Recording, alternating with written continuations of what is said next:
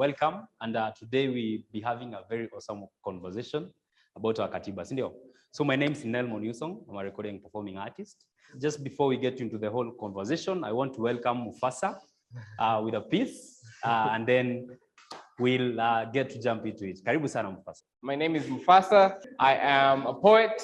I'm tempted to do a piece that I haven't done in a long time, like one that I did.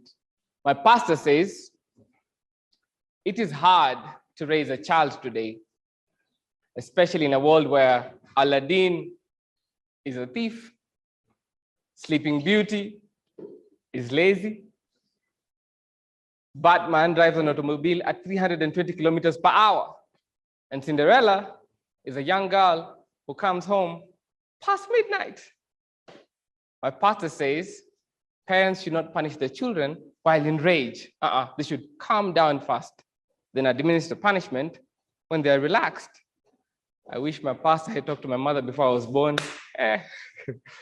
The way I was raised, my parents said, I love you by paying school fees. My parents were not obligated to offer you friendship, although there were friendly gestures here and there, like when my mother called me Daddy, or when my father asked, Umakula. The first time I carried packed lunch to school, my mother packed for me bread and tea. That morning, as I watched my mother pour hot tea into a plastic tin, which was to carry the tea in, my mother's words were, the truth that my mother could have shared in that moment was the fact that plastic tin doesn't keep hot tea hot. That day in school, I had bread with iced tea. This was different because this was iced. It's not nice. I normally tell myself that before my daughter is born, her mother will be 3, then 5, then 9 months pregnant. I will have 9 names for her. Her mother will refuse 5, but man, I will hold on to 4. Before my daughter learns to walk, I will carry her every day from here to there. She will not need muscles to do the same for me, because every time she smiles or laughs, I will be moved. I don't know if my daughter will be dark or light-skinned. I won't choose her mother by her skin color. I'm into deep stuff, because the sound of our heartbeats together will be louder than the sound of our skin tone. But in case my daughter complains about being dark, I will tell her not to worry. I'm paying school fees for her to be bright. And she won't be my star, no. She will be more than that. She will be my sight.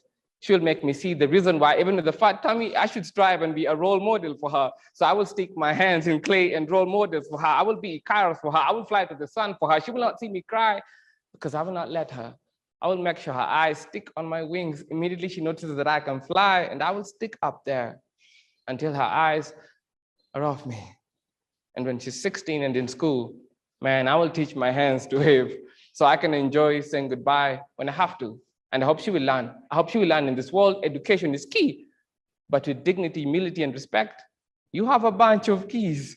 I hope she will learn beauty is engraved on the soul. That's where things like forever come from. I hope she will learn to be there when the world needs her. So I hope she will fight, not her neighbors, but fight those things that will make her and her neighbors to fight. I hope she'll be heard from more than one mic stands. I hope she would need recourse to tell her the devil is a lie. I hope the man who melts her heart will be there when it solidifies. I know she will test her tears, but I hope her smiles will be sweet enough. I hope she'll go places further than Mahatma Gandhi with his eyes closed. I hope the beats for my heart will be enough to make her my song, my song, my song, my song. Whew. And when she's 16, and when she's old enough, I will tell her, I know how it feels like to feel alone. I will tell her behind those photos of me dressed in Dolce and Gabbana, are those nights I slept on one banana. I will tell her sometimes life breaks you and heaven is not an option because you lack the strength to go on your knees. But I will tell her never to give up on God. I will tell her your failures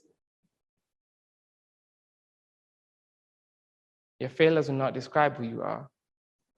I will tell her she rocks my world like 60 kilograms of stone, like 1,000 kilograms of stone. I will tell her that she's my backbone. So if her mother carried her for 9 months, I will carry her in me until it feels like I have a soul inside my soul. And when she's old enough, I will tell her I wrote something about her way, way before she was born. And I made all of you witnesses. Thank you.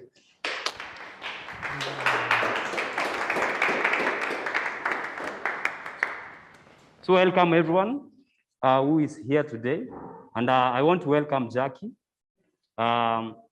She'll be a moderator for today.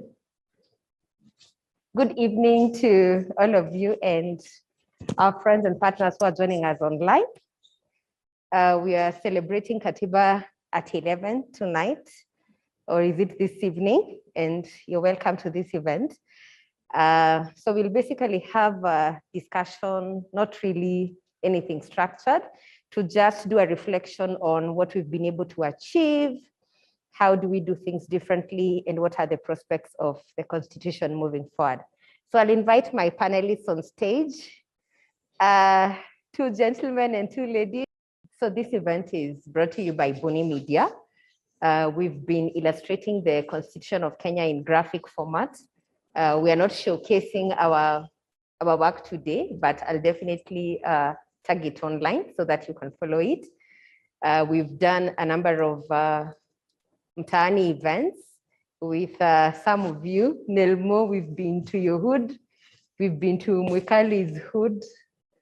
I think she's back here. And Dimas has moved with us.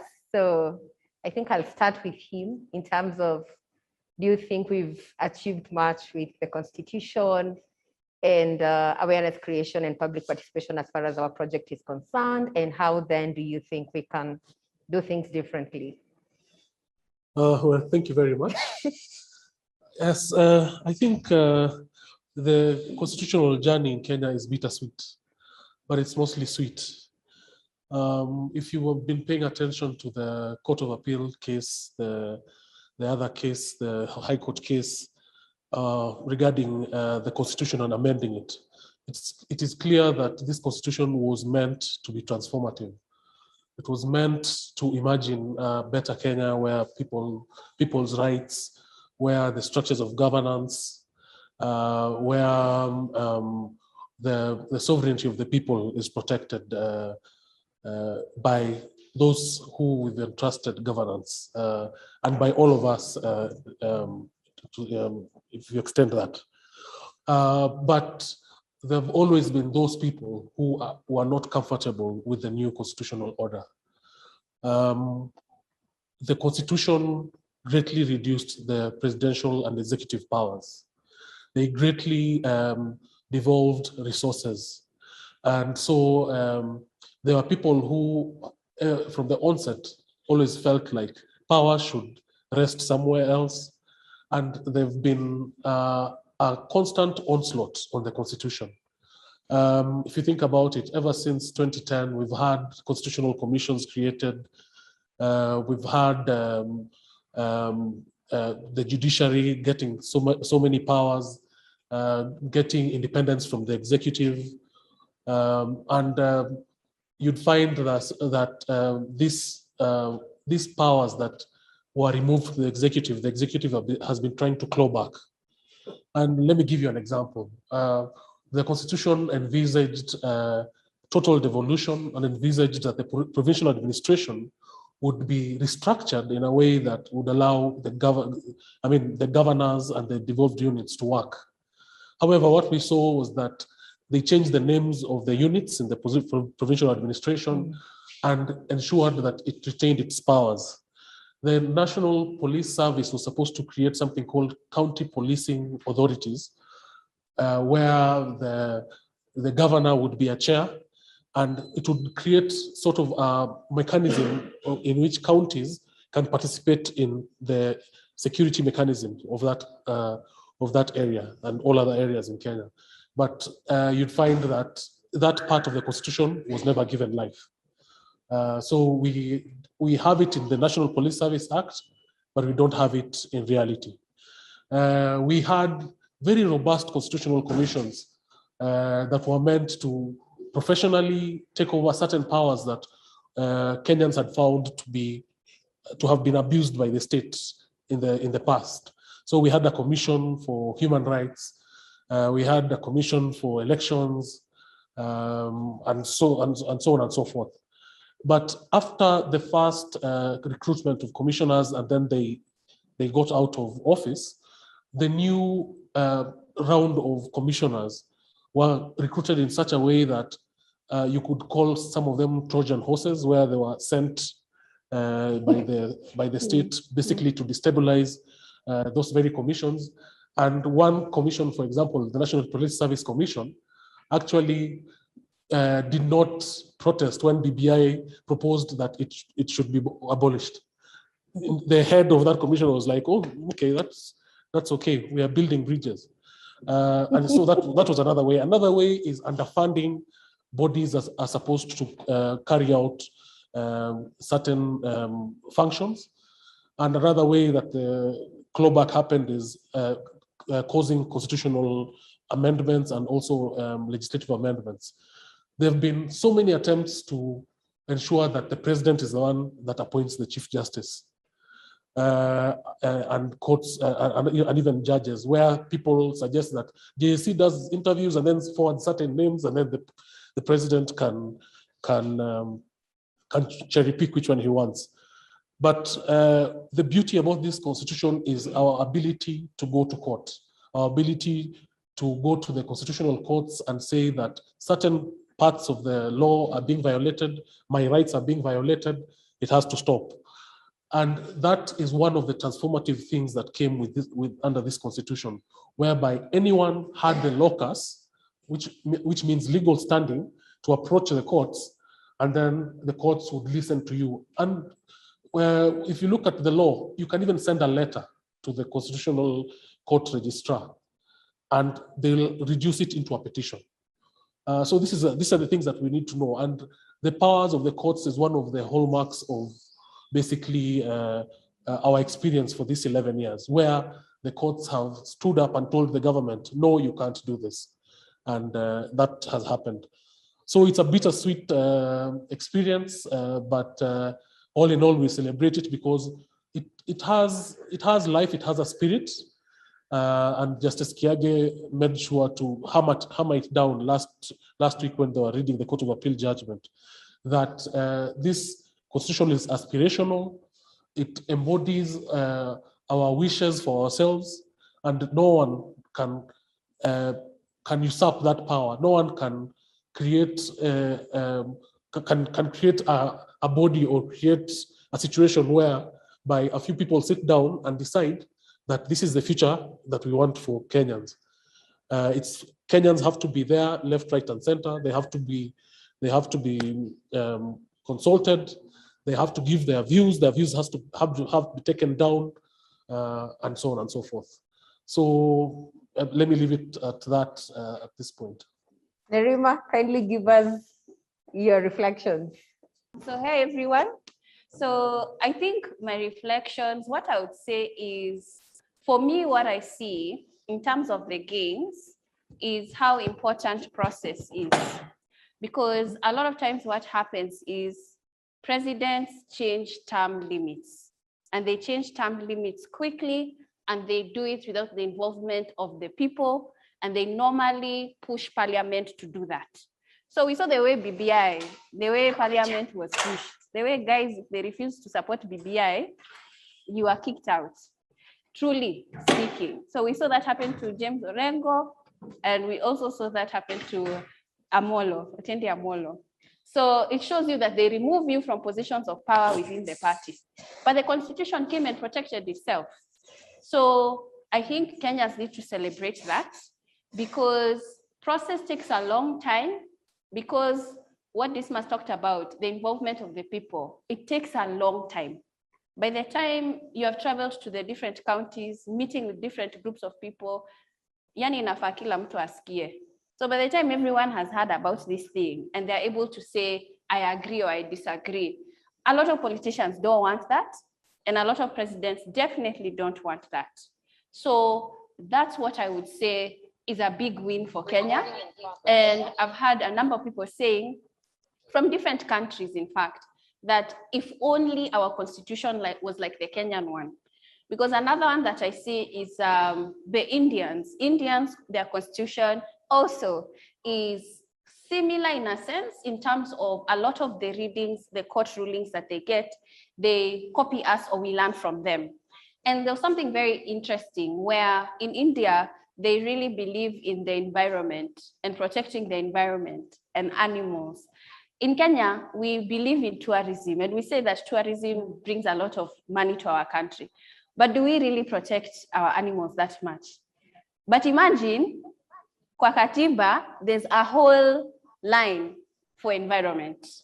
They don't even have it in India. So even when we talk about youth, there are people, there are countries that don't even have youth within the constitution. But in Kenya, we do. So almost everyone in every aspect is touched.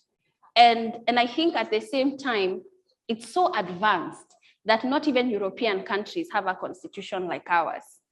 It's more advanced than we understand or we even realize.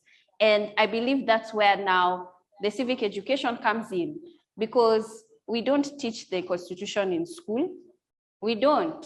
And we need to even, not the whole thing, as in that document is long, it is long, and it can also be difficult. But there are certain articles that we should care about, including the Bill of Rights, which is your right to live, association, freedom of expression, the things that you do every day, you should know that. Iko chapter gani? Who knows?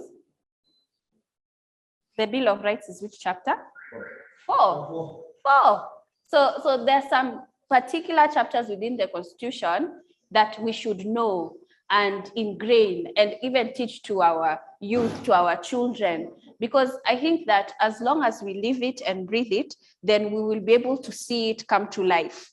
But as long as imekaa kwa kitabu kama Biblia, unasoma tu sometimes, then you will never see the power of the Constitution. Thank you very much, Neruma. I'll come to Mwalimu here. I was actually having a discussion with Mwalimu Mutemi about a cartoon that Gado did. Children in my neighborhood were discussing BBI last Saturday and how their houses have been boring because their parents have just been following BBI the whole Friday. And they didn't really seem to understand what was going on. So I decided to help them understand. And one of the girls actually had a cartoon Gado had drawn of BBI in the grave and 2 politicians trying to get it from the grave. And when I was having that discussion with Mwalimu Mutemi asked me, how old are those children? And I told him, actually, between 5 and 9. And he asked me, do you actually realize that that 9-year-old will be a registered voter 10 years to come? In another decade, the constitution is turning 11. In another decade, this 9-year-old will be a registered voter. And this is the right time to actually convert them, because they don't know tribalism, they don't know all these other things that we put into it. And so I want him to give us our reflections. Thank you so much for the opportunity, Buni Media and my fellow panelists and the audience, habari zenu. Katiba at 11. I think it's just like this must have done. It's BBI is still live. The attempt to decentralize power, because that's what BBI was. It was an attempt to take power back to the presidency. And this constitution, I remember asking myself how Kibaki could support it. Because when I read the draft constitution in 2009, 2010, I saw the transformative, as an ordinary person who's not a lawyer, I saw the power it was giving. I think this is what Nelima is talking about, the power that it's giving the citizens. And I wondered, how can politicians support this constitution and actually even campaign for it? I think they didn't understand what they were doing, and they didn't read it. I just concluded that Kibaki didn't read it. Someone read it for him, and I concluded that someone within his office had the goodwill of Kenya at heart and had convinced him to support this thing. Because I saw all these things that you're seeing. Remember Uhuru speaking last week, a few weeks ago, speaking and saying that this constitution is like a yoke on his neck as a president. And I was like, that is what it was supposed to be. Because remember where we were coming from. We were coming from an imperial presidency of his father, Kenyatta, and Moi becoming more than like kings than presidents, concentrating all power in the presidency. And this constitution was meant to disperse power, to reorganize from the colonial state that was led by a governor, the governor who became the first prime minister, Jomo Kenyatta, and the first president, Jomo Kenyatta, and concentrated even more power than the governor. I think Kenyatta, his presidency took power, the power that was the Queen of England, and put it in the presidency. And the guy was untouchable, was above the law, and all those things. And when I heard Uhuru talking about how the constitution is a yoke around his neck, I was like, good, we have a good constitution that is doing what it's supposed to do. And that was the whole thing about it. It was supposed to take power from the presidency, take it to institutions. The judiciary was a department during Moi's time and Kenyatta's time, was just a department within the AG's office, judiciary. The president could appoint judges, could even write judgments for them. And if you don't write a favorable judgment, you are fired immediately. You lost your job, you know? And so people lived in terror. This constitution brought in independent institutions, including the judiciary, which has become, with a high court judgment, and then which was affirmed by the Court of Appeal, the judiciary has finally come of age as an institution of the constitution that is independent as a third arm of the state. Now, before we had one arm called the executive, which is the presidency, that used to control all the other arms. Even today, it controls, as has been indicated, it controls parliament. Parliament is just a rubber stamp of the executive, especially with the current speaker, who's Uhuru's bosom buddy or drinking buddy. So he just pushes things through, that whatever Uhuru wants pushed through, they push through. But the judiciary has refused to do that. And I was eagerly waiting for the Court of Appeal to affirm the High Court judgment, because I knew that the judiciary now has said we can stand on our own. We will not kowtow to the executive. And you can see how Uhuru is deflated. Even Raila is very deflated, because now they can't touch, the courts cannot be touched. And to reflect on that, you'd also remember, as Dismas has indicated, there was an attempt immediately the constitution was promulgated, and there was the institutions were being staffed initially, the commissions, the judiciary itself. A lot of Kenyans have forgotten that Kibaki actually attempted to appoint a new chief justice unconstitutionally. There was a chief justice and what? There was something else. A chief justice and DPP, yeah, and a DPP. I'll go even further than Dismas and actually name names. There were Trojan horses within the commissions. The most important commission, there were two. There was the CIC, Constitutional Implementation Commission, the one who was supposed to implement this constitution. We had Nyachae's son as the head. We had Waiguro's current husband as the deputy. Those guys are system guys. They were there to block the implementation of the constitution, not to implement the constitution. And if you look at the history of CIC, all they did was make sure that the constitution was not implemented as it should have been. The second one was the transition authority, headed by Kennedy Mwangi. So what the government did was ensure that Kennedy Mwangi and his people had salaries, but they don't have money for programs. And initially, I think for a whole year, they don't even have an office. They're not given an office, so they could not meet anywhere. They were just sitting at home earning their salaries, and then they did not have money. Because what were they supposed to do? They were supposed to midwife the constitution. They were supposed to ensure that the functions that were being transferred to counties are done systematically. So train the county governors, county assemblies, county staff to be able to govern as the constitution intended. But there was a process that many Kenyans don't know, because it's not documented anywhere, which was meant to make sure that the constitution fails within the first 2 years, and Kenyans complain about it, and then we have a referendum, and we go back to a centralized system, not the devolved system, because the devolved system was supposed to take power and take it to the people. And this was called, you remember, the constitution was very clear on the steps, how you devolve power, how you release functions to counties, after how many years, after training and all that. So make sure that transition authority is not working. So people are not prepared to receive the power they were being given at the county level, and then release all the money at the same time and the functions when the counties are not ready, and especially the function of health.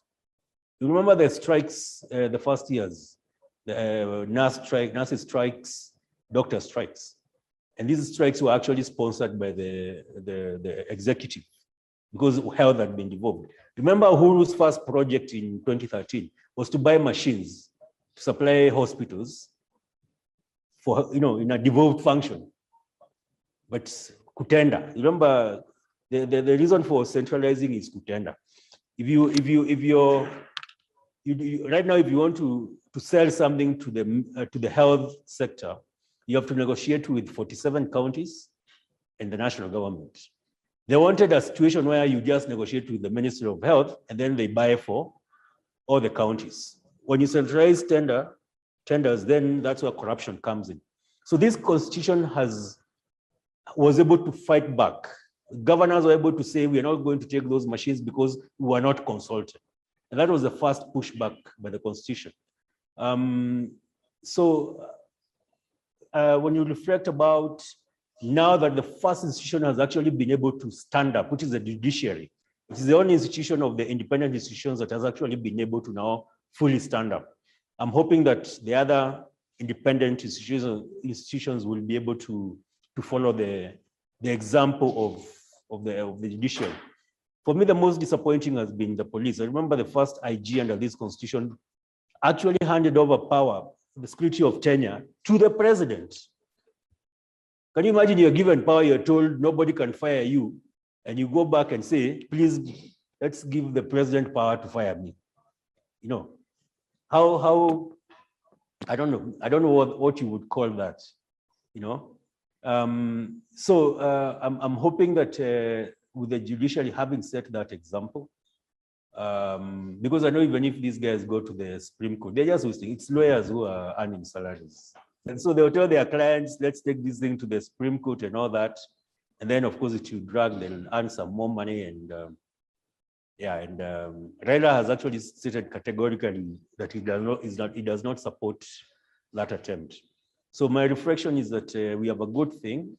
We have now at 11, as Nalima said, this takes time. So this is when at 11, when like the institutions created by this constitution have now fully come of age, at least the judiciary has come of age. And I think I am hoping that there'll be, the others will gather courage from that, knowing that they can go to the judiciary now in case Uhuru or any other despot who comes after him tries to downplay the constitution.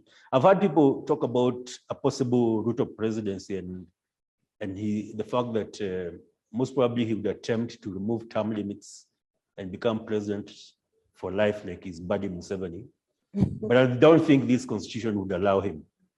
The fact that you can go to court, the fact he's whatever attempts he would start, as Uhuru has tried and not succeeded, because Ruto, first of all, he'll be playing to the, he's a populist, so he'll be playing to the gallery. He'll be trying to present himself as he is today, very constitutional from Mamamboga and Wanjiko, which we know he's not. But he'll pretend, even his trial shenanigans. The only thing I'd be worried about is that he's known to take care of people, if we know what I mean. So I hope we would not get, we would not even experience, we would not get anywhere near that presidency. But this constitution, I think, will be able to give us that, the latitude to be able to deal with anything thrown at it because it protects itself. I think I'll stop there for now. Before Bina gives us her reflections, it said that the making and the process of making this constitution is as important as the text. And I think that is the reason why most people were not very comfortable with BBI, because the process of changing the constitution is as important as the text in that constitution. And we all feel like the process wasn't really followed, and people were shortchanged. They were not consulted.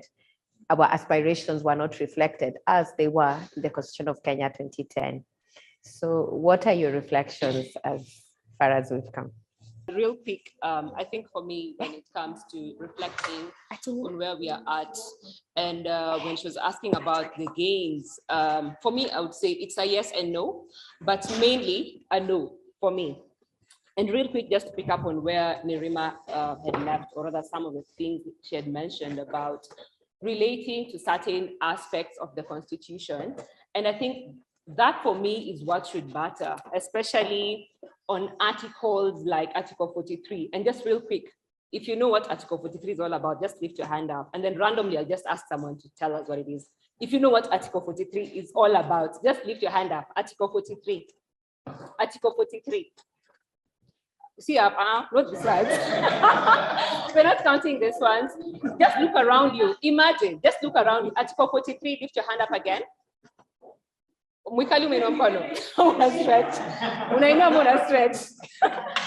Imagine in this whole room, we're talking about only 3 people who know what Article 43 is all about. And majority of us are vocal, are in civil society, right? What does it say? Maybe you could just highlight it. Yeah.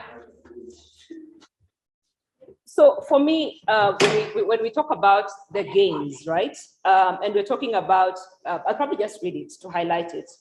That every person has the right to the highest attainable standard of health, which includes right to healthcare services, including reproductive health, right to accessible and adequate housing, and reasonable standards of sanitation, to be free from hunger, and to have adequate food of accessibility, adequate food of acceptable quality, to clean and safe water in adequate quantities, to social security, and to education. So for me, if I'm to just gauge it with this article alone, I'm just like, we have failed on so many levels. Like we have failed on so many levels. Yeah. Look at the standard of our healthcare in this society. Mothers are dying outside hospitals 10 years later, like outside hospital. You guys even saw the case of the mother was giving birth outside Pumwani. Some of them in the communities, Mwikali can tell you, guys are giving birth at home, right? Talk about the quality of food. You saw the campaign Nerima was doing about, toxins in terms of the food that we eat. We're talking about ugali being our staple food. Is it even safe to eat ugali in this country, right? And that was a very powerful campaign. Hunger, we're always fundraising for food because guys cannot access food. To clean and safe water. We work with Chama women and we work in the urban informal settlement. And anytime we are working with them in terms of their right to demand better public service delivery, water always comes up. There are guys who only receive water once a week. And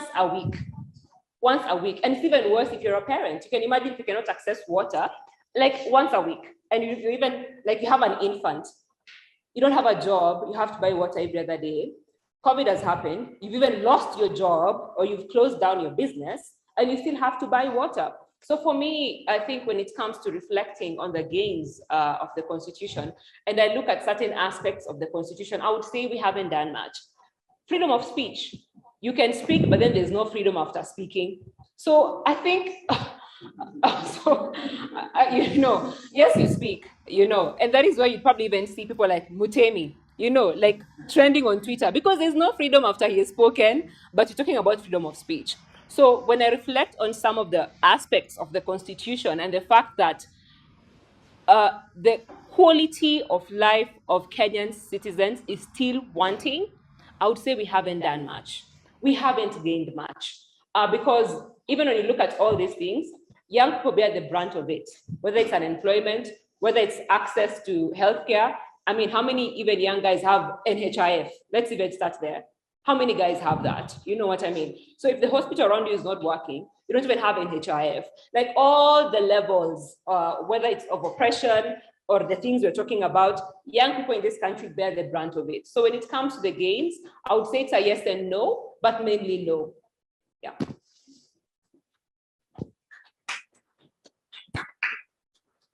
Just to mention, Gado has a collection of cartoons dubbed Freedom After Speech. Am I right? Yes. That'd be interesting to see. Yeah, so maybe you can talk to him after this. Right after this. So I think we'll take reflections from the audience. 2 ladies, 2 gentlemen. Do you think we've done much? Have we been able to translate the text or the aspirations of the Constitution to our lives? Thank you so much. Comrades power. Hiyo power. Mnasema katiba hajatekelezwa, mnasema power. Comrades power. Comrades power. I think the panelists have actually given us the true position. But me, I want to reflect from the perspective of responsibility. Because the Constitution gives us the rights, but also responsibilities. Uko na haki, na pia wewe uko na jukumu kama mwananchi. Because ukiangalia katiba inasema ya kwamba lazima tupiganie katiba itekelezwe. It obligates every Kenyan to defend and protect the Constitution. Sasa ila tunasema tuna point mkono kwa Uhuru na Raila na Ruto, hizi nne zinakwambia hata wewe uko na responsibility. I want to talk about public participation. And my friend Mulala huwa anasema hivi, Mulala huwa anachallenge, anaambia Sidi, kama siku za Kenya, people didn't have a right to meet, but they could still organize. Na waka-organize mpaka katiba ikakuja. Na sisi hii katiba imetupatia hata power ya kuenda kotini article 22. So unapata, if you look at devolution, yenyewe ni mzuri, lakini within the counties bado kuna centralization of devolution. Unapata, ikiwa Kidisuru ward pale Kidisuru ward Kaptagat, lazima uende city hall uchukue license. If you're coming from Obera, in Migori County, you have to go to Migori to get those services. So I think as citizens, we also need to ensure that there's real devolution at the county level. Because it talks about even village administration structures, but they're not existing. Pili, unapata there is public participation. Look at even the budgeting process. Aya katiba. Unapata hiyo cycle iko. But how many people go to these meetings? How many people go to these meetings? So unapata the people who go there decide for the rest. So unapata wale wataenda pale wanatumwa na MCA, wanasema endeni mseme nataka kutengeneza barabara, kwa sababu huyo MCA ako na kampuni ya barabara. Sasa yeye, so unapata ukiambia Mkenya aende, anakuambia nitakuwa na fare. There's a time at County Hall, we are only 8 of us discussing for the whole Nairobi, nyinyi mko tu hapa. Alafu unasema ati governor ni mbaya, lakini umepewa nafasi ya wewe kwenda pale kudecide, because you cannot monitor a budget kama au kutake part in drafting it. It's a process. It's a whole process. So hiyo ni ya kwanza. Nikimalizia there's something that if you look at the Constitution, unajua hii mambo ya madeni. Chapter 12 is very clear on the principles of public finance management. The Public Finance Management Act iko very clear. But mimi kuna dono mawakili ambao hapa watanisaidia kunifafanulia. Kuna hizi Mutema alishuka juu ya IMF. We have international treaties that Kenya has ratified. The General Rules of International, I think it's Article 2. So unapata kuna some of these treaties that maybe Nerima is talking about toxins in food, but there are some of these treaties that allow for importation of those toxic pesticides and herbicides. There are some of those international laws that call for liberalization and free trade agreements about the mambo kama za madeni. So I think we also need to relook at some of those areas, because not every law that is ratified by this country is, or not every treaty that is ratified is benefiting the people. Na sasa unapata kama article 43. Tukipigania unga revolution. Tukisema unga 30 bob. Tukaambiwa ati tuwapatie, by the way they told us we might 10 years because we are still operationalizing it. It is true 10 years down the line watu bado wako na njaa.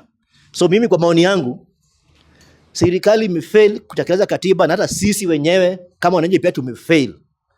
We have to leave the boardrooms. Leo tulikuwa tunaenda Jivanjiri tukapigwa tear gas. Wanasema kuna COVID, ilhali Raila akona rally, Ruto akona rally, Uhuru akona rally. Kuria leo siku ya leo alikuwa na watu wengi Kiambu, lakini katiba imekuwa Jivanjiri was cordoned off literally because tulikuwa tumesema tunaenda kufanya katiba hadi huko. So we need to just like the Kenyans and the Maus, we need to reclaim this power. Just like the Bible says, the kingdom of heaven has suffered violence and the violent shall take it by force. I know wakili hapa atasema, lakini lazima kama polisi wanatumia tear gas, wanatumia rungu kutuchapa, tunasimama kuangalia. We must reclaim that power. Ndio sisi kama wananchi pia tukue na sauti yetu. Asante sana.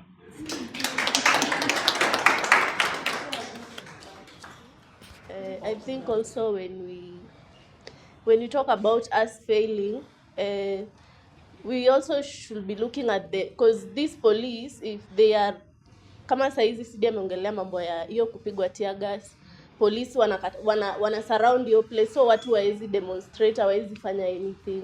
They have leaders wenye wako juu yao. Where is the integrity? If they're there to serve the Kenyans, wanafaa kusikiza hata hao wa Kenya wenye wako hapo, kwa sababu sisi ndio tumewapea hiyo mandate yenye wako nayo according to the constitution. It's not just the leaders from the perspective of the police, but pia hawa viongozi wetu ni sisi tumewapatia hiyo power, but how are they leading us? Because mimi na feel wakati wanaingia pale sisi wanga tunaangalia tu mambo ya pesa nini, hatuangaliangi qualities zenye wako nazo za leadership, and that's one of the thing yenye tunafaa tuangalie sana, ndio in future tusikuje kujiblame sisi wenyewe. And again there's one last thing nataka kusema, people need to be in solidarity for us to achieve everything we want to achieve. Thank you. Wakenya mpo? Comrades power. Comrades power.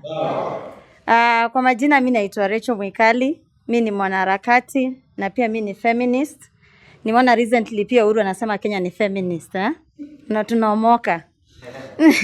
So mimi naongea kwa Kiswahili kwa sababu naona kuna Wakenya wengi hapa pia wangependa kuchangia huu mjadala, na kushukuru panel at least kwa hii discussion na kucenter through Buni Media.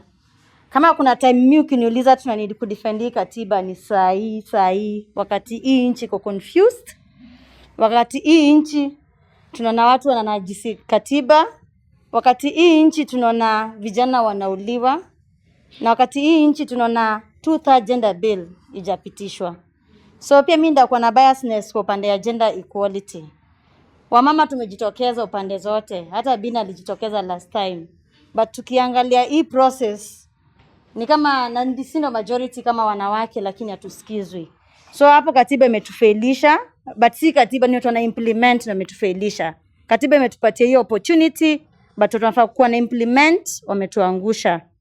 Na nikireflect pia na article 43 yenye Bina ulikuwa unazungumzia na most of you mmezungumzia, mambo pia dignity na inequality. Tumeona ni very clear kama item ya COVID kumekuwa na criminalization ya umaskini. Maskini tunaonekana ni kama sisi si watu. But pia uzuri COVID ilitutoshanisha sisi sote. Hakuna venye Uhuru sasa angeenda London kutibiwa. Tupambane na hali yetu hapa kwa nchi. Hakuna venye ungeondokea. Hata useme unaenda wapi? Pia walijifungia huko. So mambo ya right to health imetuangusha sana. Ni mbaya sana, tunaona watu wanakufia kwa manyumba, hawezi access matibabu. Ama sasa kila WhatsApp group, kila mtu hapa nikoshwa kwa WhatsApp group ya kuchangia pesa ya COVID, either imeenda juu ama bill enye mtu kama amepoteza their loved one, bill imekuja mingi. Na hiyo ifai kukua hivyo Kenya, hiyo tumekataa, ifai kukua hivyo. But pia mimi ndarudi venye Sidi alisema, hii si responsibility ya activists. Pia ni lazima challenge wa Kenya, na si responsibility ya civil society. Tunaelewana? Hii ni responsibility ya sisi sote kama wa Kenya, tutoke nje. Katiba yenyewe article 37 inatupatia kuprotest. Wezi tuambia ndio sisi tunazuia COVID isiendelee, but utuzuie sisi wenyewe kwenda kuprotest Huku Raila Uhuru anapanga huko na watu wa Asla Nation venye watapanga power, alafu wanatuachia sisi tusipiganie right yetu. So mimi na challenge Marinjes, unaona huko nyuma. Kama mambo endi poko Kibato, sasa ndio the right time to organize, hold our leaders accountable. Mambo ya housing, nyumba watu wanabomolewa usiku mchana. Huko Kariobangi, wananchi wanabombolewa, expect kama government wanaenda wapi? So tuwezi sema tunabahatishana hapa raundi. Barabara, watu sasa warudi kwa barabara. Kiama, it's beyond Twitter. Sasa tuamue, kuna wenye ndio watacheza kitwitter lakini kibarabara tuende kibarabara. Ama niaje comrades? Mko na nguvu ya barabara? Ama mko na njaa? Mko na nguvu ya barabara? Unga amepanda bei saa hii. Nyanya saa hii ni 10 bob. Nyanya ilikuwa ni 3 bob ama 2 bob, saa hii ni 10 bob. Inachangia mpaka violence. System ya violence pia venye inakuwa dealt with ya violence against women. There's no pia tutakuwa kwa inchi wanaume, mtu anatafuta mtu mdogo analala na yeye na tunaangalia na tusema katiba iko. Hiyo pia lazima tukatae kama Wakenya. So mi challenge na challenge na Wakenya wanafuatilia huko kwa social media na kila mahali. Tusilalishe, sasa ni time nzuri ya kuamka, call our leaders into account, tusichoke, hizo public participation tuziende. Wanakuja wanaanza kucampaign. Wakikuja wako na mmoja ulikuwa wapi siku ya COVID, walitoroka wakatuacha peke yetu. Ukweli uongo? Kuna MP wako alikuletea chakula? MP alikuletea chakula? Na mbona hukumuuliza maswali? Si tulimchagua? Wakatuwakilisha, si ndio? Kulikuwa na budget ya COVID hatukuiona. So lazima pia si kama Wakenya tujiorganize. Tusiongoje ati mashirika, tujiorganize huko kwa vitongoji duni. Tujiorganize ni middle class ishikane na watu huko chini. Tuweze kureclaim our right. But tuwezi kataa ya kwamba katiba imetupatia nguvu ya kuongea. As much as wanakuja kutupatia ati hakuna freedom kishaongea, but as much as kuna hizo opportunity tunaweza ongea, mimi na sita banduka, lazima tu protect na to defend 2010 constitution. Ama hapo vipi comrades? Lazima tu protect to defend 2010 constitution. Hii mambo ya BBI waende nayo. Si hataki BBI. Asante.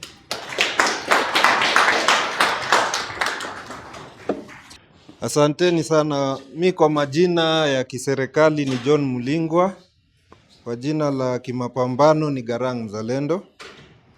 Mi natoka Kamkunji. Na mi ni human rights defender na youth organizer. I think hii siku ya katiba inanikumbushaga vitu mingi sana ambazo pali tumetoka. Unajua pia usipojua tumetoka wapi, kujua pali tunaenda itakuwa ngumu. And I think ni muhimu sana tuweze kureference. Na swali Bina aliuliza ni very important na lazima tukue serious. Kwa sababu we cannot be talking about a constitution you know nothing about. Mimi niko na hapa ya katiba. Whenever I want to refer anything, narudi hapa. Si mpaka ubebana na kitabu or nini, because ni important. Bila hii constitution hatuwezi kuwa na country hii Kenya, tutakaa kisomalia. Kila mtu atakuwa warlord na kila mtu atakaa area yake na atafanya vitu, sheria zitakuwa zake. The constitution is the only contract we have with these people. Without the constitution, kila mtu atatengeza constitution yake, akuwe na area yake. Because saa ingine mwa na crazy ideas, nilikuwa najiuliza, we are 50 million Kenyans. Na kuna inchi iko na 260 people na iko recognized na UN. Where are we going as 50 million? Mbona tusikue mainchi mingi, alafu sasa tukuje kwa union, kila inchi ikuwe inajigovern? Mbona tunakubali kunyanyaswa 50 million? Hizo ni katika my crazy ideas za hii Kenya katika kusolve vitu. So I think nikiangalia kule tumetoka yenyewe tumetoka mbali. Article 1 ya the old constitution ilikuwa inasema all sovereign power belongs to the president, full stop. Sawa. That is the article 1 ya the old constitution. Ilikuwa inasema all sovereign power belongs to the president, full stop. Alafu sasa inaanza ku outline powers za president. Sio hii yetu inatuambia all sovereign power belongs to the people. Article 2 ina explain vile hiyo power itakuwa exercised. Article 3 ndo hii CD anasema kwa every Kenyan has an obligation to uphold, protect and defend this constitution. Hiyo ni katiba. So hauna choice. The constitution has commanded us to uphold it, protect it and defend it. So usiwe na excuse. Tukiopresiwa na katiba iko, katiba imekuambia uko na, hiyo ni kazi yako. Kama sovereign power, mwenye kona sovereign power. I think, ndakumbusha tu kitu moja ile ilikuwa kwa the old laws. Unajua kuna wakati Kenya up to 97, in Kenya ulikuwa ukishikwa bila pesa. Sawa, ilikuwa inaitwa law on vagrancy. Ulikuwa ukishikwa hii Kenya bila pesa, unaenda 6 to 9 months jela. Without money, bila pesa yote kwa mfuko, ulikuwa ukishikwa unaenda 6 to 9 months. Hizo zilikuwa sheria za Colonial ambao ni carry over. Sasa hii hata ukiangalia hii criminal procedure criminal law yetu hii inatushika, hii inatufunga. Hii sasa hii inafanya ushikwe na mask. Most of those laws ni za 1935. Bado hazijakuwa reviewed. Ni Colonial. Wakili Dimas hapa atakwambia. Na big up sana Dimas, ulikuwa na sisi wakati ya security laws na ulidefend sana. Tumpigieni Dimas makofi. Alitufanyia kazi. I think hapo ndo tumetoka. Tulikuwa unashikwa bila, kama una pesa, jela. Ilikuwa haina compromise, na kulikuwa na very funny laws. Chief ulikuwa ulikuwa unaweza shikwa tu, unasemekana wewe chief akuangalia hivi, he had powers kusema wewe CD unaka ku breach peace. The way you are looking, you look like you are breaching peace ndani. I think hiyo ni kazi tumefanya na tumetoka mbali. Hii katiba, I remember very well on 17th November 2009. Hiyo siku ndio the harmonized draft constitution ilaunchiwa KICC. I was there and I was arguing with an AP. Nilikuwa namuuliza huo AP hapo kwa gate, because sisi kama raia wa kawaida tulikuwa tumekwa one side. Wacha sasa hivi gate ya KICC imekwa the other side. Ilikuwa hii main. So sisi tulikuwa raia wa kawaida. Unajua hiyo lugha ya raia wa kawaida ama common mwananchi, mimi sijui inatoka wapi na katiba haija mention. Ni lugha za kutudemean. Sisi tulikuwa tumekwa one side. What is the opposite? Yeah? Sovereign Kenyans. Mimi si kama raia si wa kawaida ama si hiyo ni kumaanisha kuna wale si wa kawaida. Na wale si wa kawaida wana exist tu hapa Kenya. So that day tulikuwa tumekwa one side, alafu hii side moja ya KICC si tuko kwa line. Hii side ingine kuna wale wanakuja wakiingia na tunaenda ku launch harmonized draft constitution. So I had to ask that AP. Sasa wewe mbona unatusukuma hapa? Kamuuliza between you and me, who pays taxes to pay who? Nilimuuliza hivyo huo AP, na hiyo ilikuwa constitution ya zamani, sababu nilikuwa namuuliza hivyo because I knew niko kwa crowd. But ningekuwa naye peke yake because he was an inspector, ningejipata pabaya. And we did that, tukaenda, tukafanya harmonized draft, collect views. By the way, tuliparticipate collect 10,000 views za young people Kenya mzima. But what they ended up giving us ni article 55 ambayo iko very shallow. Saa hii BBI inaleta ilikuwa leta commission ya youth ambayo ni shallow kushinda the current National Youth Council. So I think as young people lazima tusimame, tupigane, tuhakikishe kuwa our rights and our position as young people, kwa sababu sisi ndo victim. Kama ni extrajudicial killings, sionagi wazee wakiuawa. I don't see old people being shot dead. Sawa, it is we. Sawa, sisi ndio hatuna kazi. Sisi ndio goons wa politicians. Sisi ndio all bad things in Kenya ukitaka ku mention. Hakuna the other generation, the older generation haitajwi, sisi ndio tunatajwa. So we have to be alive to the fact that sisi ndo tutajikomboa. If Maumau wawange kasirika, waingie forest, up to now tungekuwa tuko colonized. Up to now tungekuwa subjects of Her Majesty. Tunaelewana? Kwa hivyo, let's organize, tusitupe mbao. Kama ni katiba, chukua soma. Hata ka uelewi, hii constitution yetu imeandikwa language very simple. Soma tu elewa. Ukisikia saa ile si na kina Mutemi tumeamua twende street, kuja tu kushikwa, hawezi shikwa ukapelekwa Hague, utapelekwa tu around. Na tutangangana vile tutakutoa, so usiogope. Tear gas si kitu, sawa? Hii unajua Maumau kama wangeogopa kufa, wangeingia msituni. So every battle inakuwaga na consequences. Na consequences isikuogopeshe, because you'll be fighting for the next generation. Ile mbogi itakuja next, isitulaumu, isiseme si tulilalisha, tukawaekea path wrong. The way si usemaga, mzazi wangu mbona hana kakitu jo, mbona kuiba hizo siku watu wakiiba.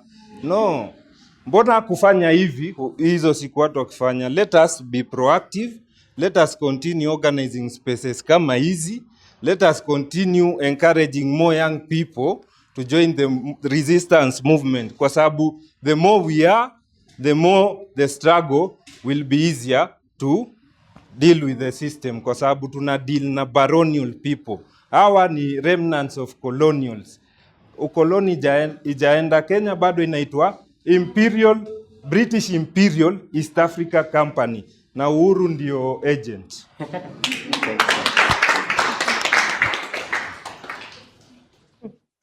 Thank you. I think we go back to the panelists first, and then we'll take another round of reflections from the audience. There have been documented human rights abuses. Mutemi, we have seen you on national TV for the right reasons. And I've talked to Dimas. I can't remember where we were going that day for projects, and he told me you slept at 3 a.m. because you had to go get the protesters from the police station so that they can sleep home, and so that you can also sleep home as they go home. Mutemi, what are your reflections on the notable human rights abuses, extrajudicial killings? People have been executed. People have been walking home and they did get home. I remember Mukali has mentioned the issue of people being criminalized because of being poor. One day the government woke up and they realized that the land in Kariobangi South was their land had missed a pandemic and people had to be homeless. And the other day I realized that we didn't have commissioners for the Kenya Human Rights Commission. And now that we are recruiting for IABC, more than 2 years after the other term of the commissioners had ended, the president has now realized that we need commissioners for the Kenya Human Rights Commission, Kenya National Commission on Human Rights as we go to elections. So what are your reflections on the lack of accountability and the documented human rights abuses? As Garang has said very eloquently, Kenya is still a neo-colonial state.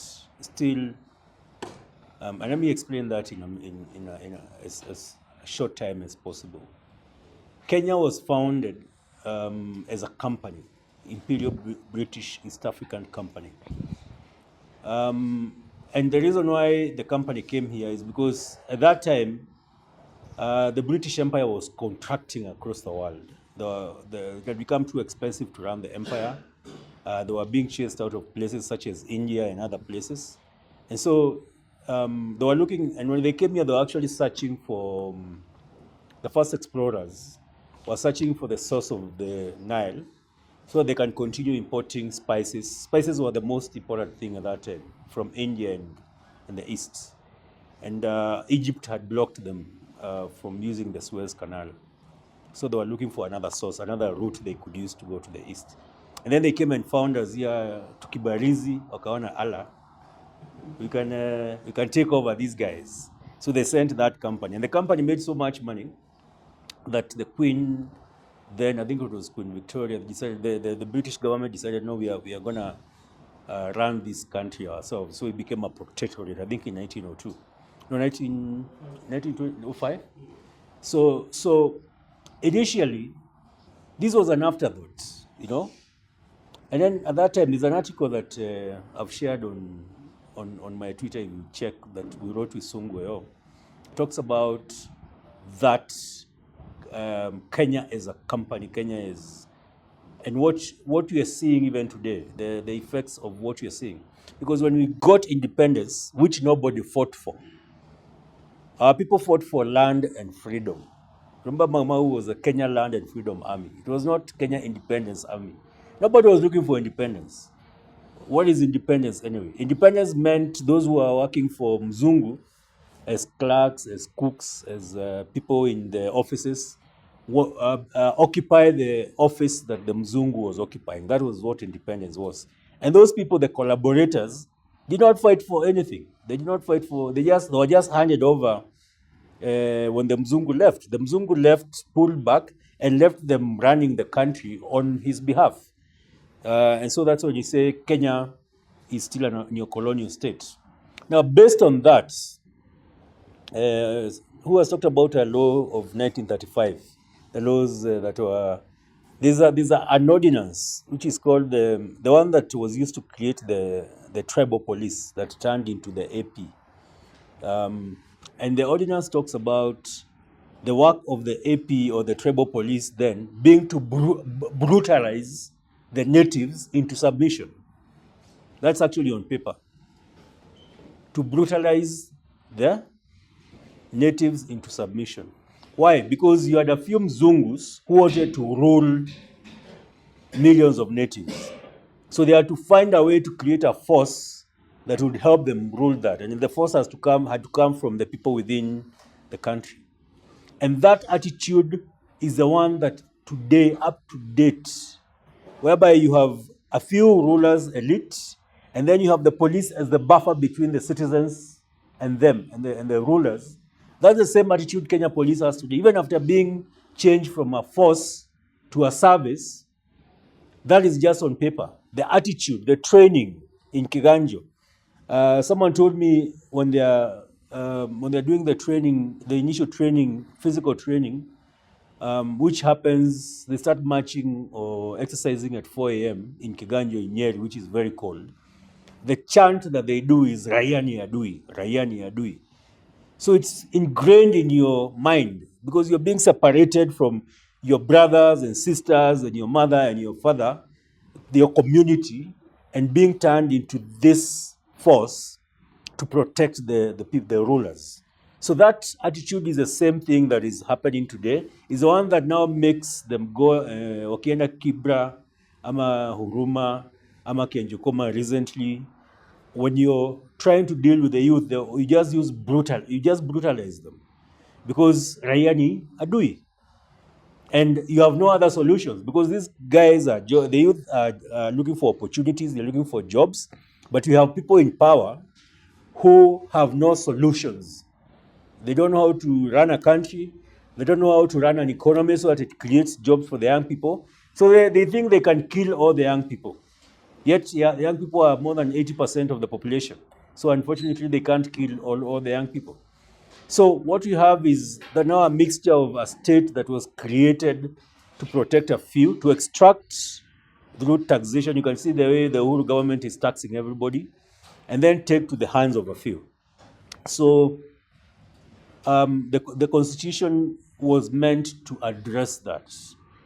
But unfortunately, the people who came to implement that constitution, especially because of the ICC, the Uhurus and the Rutos, who are remnant of the KANU system, are the wrong people to be given that responsibility of implementing the constitution. They've actually been fighting it, trying to tear it down and take us back to the old constitution that said all sovereign power belonged to the president. Have you seen the way Uhuru has been acting? He's been acting like he's the only sovereign in this country. He does not obey court orders. Remember Miguna got 13 court orders. He was still put in a plane and taken to to Canada. He was exiled. Can you imagine taking someone born in Ahero and unampeleka Canada? What kind of impunity is that? But you see, when you think the country is yours, you're a prince or a king, you can do anything you want. That's what Uhuru thinks. And that's what the constitution imemwambia huwezi fanya vile unataka. And unfortunately, it's not just Uhuru, because even Raila was supporting BBI. That means he also wants those powers. Ruto alikuwa anajifanya anapigana na BBI, but I can tell you, I've spoken to his people. He wanted that thing to pass because it gives him 5 new seats to negotiate with other tribal barons in the campaigns. No, anaweza patia promise mtu utakuwa prime minister, utakuwa deputy prime minister, utakuwa hii na hii na hii na bado deputy president. So Ruto was supporting BBI kutoka na nyuma, lakini anajifanya anapigana nayo. So again, to reflect, constitution, the young people, as CD have said and others have said, this constitution gives you so much power. The space, hatukukaa hivi kitambo, by the way we are seated in this room. That is itself, it's a power. Having this conversation, it's power, and it's being broadcast live to other Kenyans elsewhere. That is the space to organize that you have, and the space to find new ways of, being Kenyan. And our politicians have no solutions. Remember these young boys who were killed in Embu? They had just started a new business, of selling, walikuwa nauza nyama. They just opened, actually that was their first day. And most probably the money that they made is what the cops wanted. The cops would beat them, maybe it's that money they wanted. No, waliwachapia juu ya pesa hiyo their income for that day. Now, people who are not, an economy that is not creating jobs, young people create jobs for themselves, and you're still brutalizing them. I mean, we need to resist these things. We need to say no. We need to say no, this country is ours. It's not just a few guys up there. And not somebody, and this is my last point, Kenyans made a very big mistake when they handed over power. And I was discussing this with the cab driver I came with today. Uhuru Kenyatta, before he was picked from where he was picked by Moi, had never run anything. Not even a kiosk or a taxi or anything. I know there's a story they gave in 2013. I don't know, he worked at KCB. That was just a story for campaigns. Because his own mother, I think they tried to give him a role within the family business, and he messed up. And so he was not trusted by the family to run anything within the whatever. When Moi wanted a Kenyatta, I think Moi had a deal with the Jomo Kenyatta that he'll hand over to one of the sons. When Moi wanted to hand over, he wanted Mohoho, the one who runs the family business, Uhuru's younger brother. That's how the story says. And Mama Ngina said, no, that's the one who runs my businesses.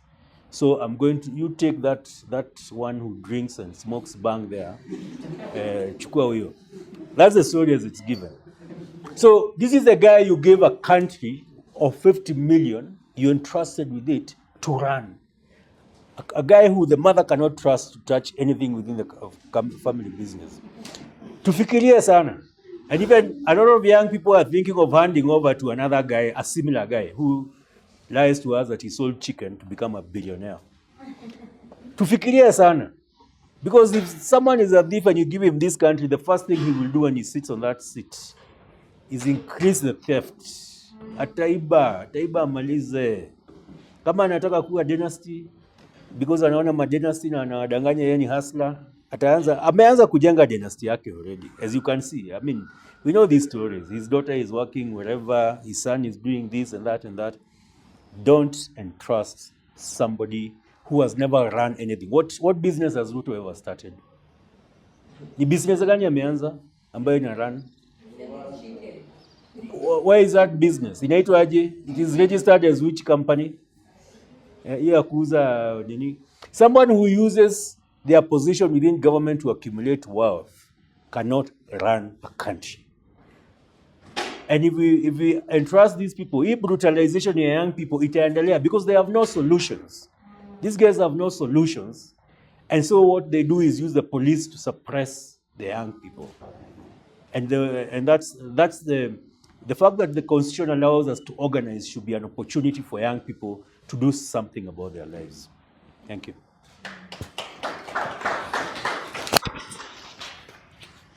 I think, first of all, I'll be a bit brief and say that when it comes to implementation of this constitution, just like many of us have said, it depends on the quality of the leaders and also the quality of the citizens. And I think we also need to broaden our discussions when it comes to the quality of the citizens in our neighborhoods and even just citizens who surround us. You know, whether we have a huge following on social media or not, like the main space enye unaweza kuwa na influence kabisa ni wale watu wamekusurround. Like saizi mwikale anaweza tukanana ama hata nitukanane kwa social media. People can like ama laugh, but kama mwikali amekwambia bina, that is more powerful, and it it will take me back and I'll do something about it. So I think even in our neighborhoods and for the people who surround us, call people out. And Nerima is so good at that. Call people out. And I'm saying that because, and I'll just give this example. In the past, during the colonial times when our colonizers were here, it was so easy to know who the enemy was because he was white. So as Africans, ungeona a white person, you knew how the enemy looked like. So we're living at a time where our enemies, they look like you, they talk like you, they walk like you, but they're not about you. Like collaborators amongst us, So you think someone is for you, but they're not for you. It's because, they purport to think like you, they purport to be there for you, they purport, just like that, they look like you, talk like you, but they're not about you.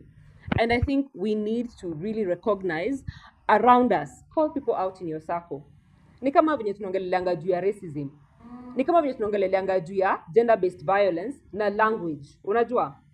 I'm passionate about gender-based violence. Na ile language tunatumia kwa GBV. So anytime mtu ako around me anauliza, lakini huyu mama surely, na swali kwa nasema, yeye mbona hakutoka hapo? Hata nikiona tu headline kwa TV, inasema woman killed in Kiambu. I'm just like, hapana. I talk about it. I write about it because most of the perpetrators, they are passive in our stories. They play a passive role in our stories. And because they play a passive role in our stories, we discuss the victims. Why was she still there? Why didn't she do this? Why didn't she leave? Kwani where did the neighbors fanya nini? 4,000 teenagers, 4,000 teenagers pregnant. Those are 4,000 perpetrators. Those are 4,000 rapists. So when we say 4,000 teenagers are pregnant, tunaanza kuuliza, why is the church not doing its role? Or why are parents not spending enough time with their kids? It's because we're talking about the victims. So I think for me, it's to look at your circle and start speaking out. What do your friends think? Our own parents influence our voting decisions in this country. Our own parents, hadi sahi. Unasikia mtoto wako kwa like hapana, mimi labda niko na Hustler ama niko na Jubilee. Like, have a conversation. Have a conversation because maybe for you are liberated, but your brother is going to vote according to how your father is saying, or according to how your grandfather is saying, or according to how your mother is saying. You have sisters. And like Nerima said, civic education, we don't even have it in our schools. Today, when we're discussing about Katiba at 10, and we're still discussing with Nerima, language barrier. Katiba, easy conversations. Look at even the language we're using here. It's English. Even just look at the language we are using. Look at some of the ambiguous words in our constitution. As we work with Chama women, some of them, unapata mama mboga alifika class 3. So watu ukiwa na hii conversation, anashindwa unasema nini? So how even breaking down this information within our own circles? Even our young women in the urban informal settlement, the same thing. And then it's even worse that we have young women in the university space that we work with, but don't even have this information. So those are the young women now who are supposed to actually even tweet about this information, talk about this information. They have a huge following even on Instagram. They don't talk about this. And I think lastly, let's stop talking to the converted. Like the way, for me, at times I don't invite Mwikali in my session because she doesn't need to be there. She knows some of these things. And we even talk about it. I'm like, this e-session, you don't need to be there, by the way. When we're discussing about rights, you know about these things. So why are you inviting people who know some of these things? Why don't you invite people who are so unaware you know, like some of the young women we work with in the university space, unashindwa, hey, Aki, we haven't done much. You have a conversation about governance in this country with someone in the university space, and you're shocked, literally. And you're like, this is someone, like these are the young people who are going to determine the quality of lives in this country in the next 10 years, because Gen Zs and millennials are the majority in this country and globally as well. Gen Zs and millennials. And the foundation they have is so shallow when it comes to politics and governance. And they're the ones who are going to infiltrate different spaces, because some of us might never make it to government. Some of us may never make it to be, you know, politicians tomorrow. So these guys are going to infiltrate the private sector na kila kitu. Yet they have shallow information about all these things. So where are we headed? You know, like I worry, personally, I do. Where are we headed? When we're even just having a basic conversation at the university space, and at times I never even know what to say. I was even telling Nerima next week to come and facilitate a conversation with young women in the university space.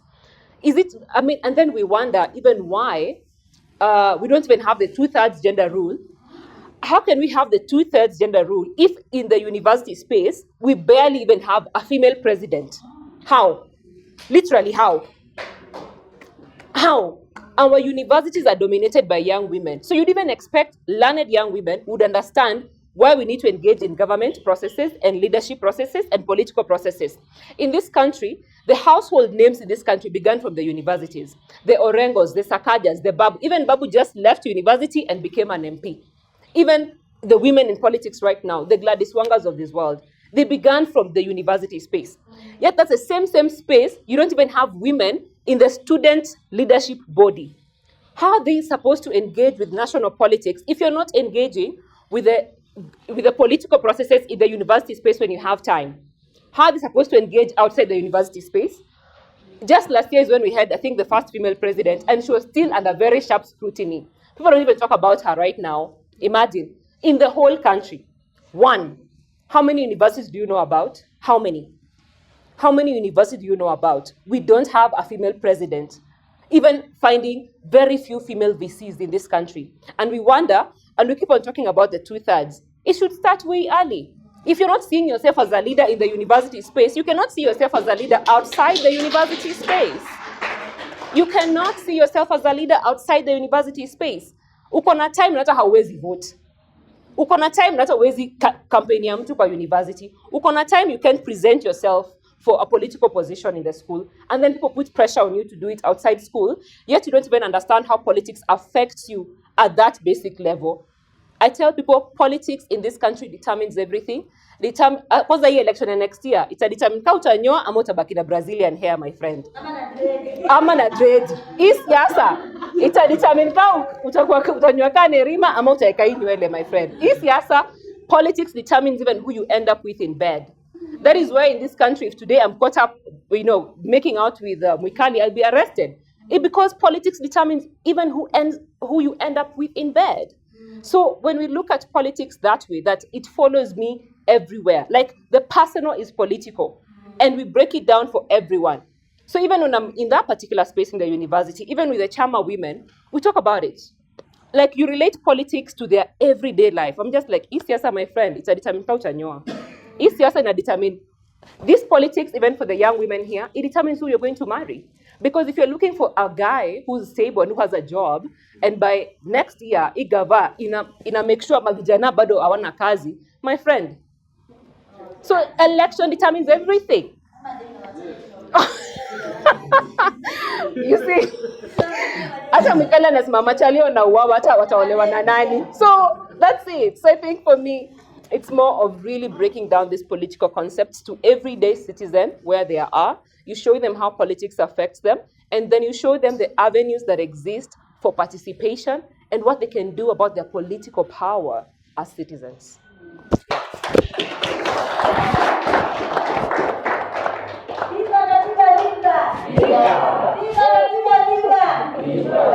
That was very powerful, Bina. I'll say two things from your reflections. We had a session with Dimas, and Dimas gave a story. It was supposed to be a story of this guy who was organizing with people like Kina Mwikali here on the street, and they had organized for quite a number of years with this guy. That was a comrade, huh? Yes, guy, it was a comrade. A guy you with rely them. upon whenever you're going to the streets. Yes. You meet for strategy plans, and in the streets at Akwapale Mbele. Then he fell ill and died, and they changad and went to the funeral somewhere in upcountry in the western side of Kenya. And then when they were there, that guy got is it how many bullets? 21 gun salute. 21 gun salute. He was an officer all this time. Yeah, only for them to know he was a cop all this time. So, yes. And when he told that story for the second time, the people who we were talking to, some of them actually, I think even Sidi was there, yeah. They actually knew who Dimas was talking to. No, Dimas was talking about. So even as you organize, even as you grow this movement, you have to be sure, as Bina has said, now you cannot really know who your enemy is. So you have to really look out for yourself. So we'll move to Dimas' reflections. Well, there's something very interesting. I think it's a saying, but I don't know where it came from, that if you're not on the table, you are in the menu. If you're not on the menu. No, if you're not on the table, you are in the menu. So you are the meal. You are part of the meal. Meat. Yeah.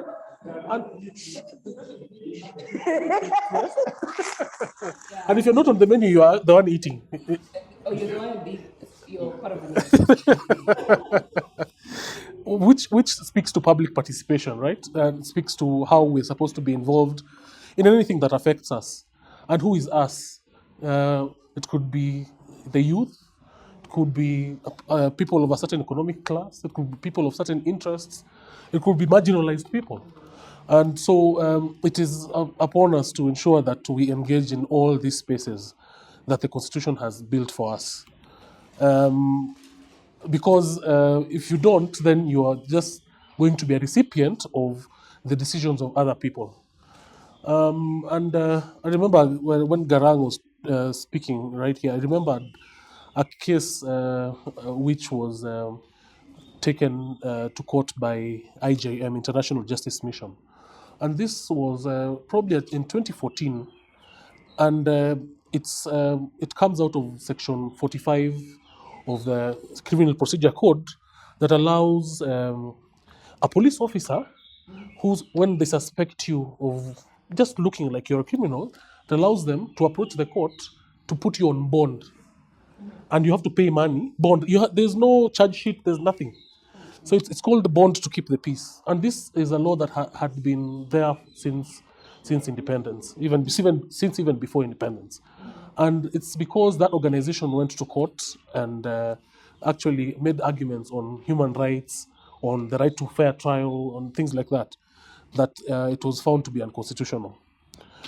And then it took me back to when the Constitution was passed in 2010. Parliament was supposed to do an audit of all our laws and to ensure that our laws as they stand right now abide by the Constitution.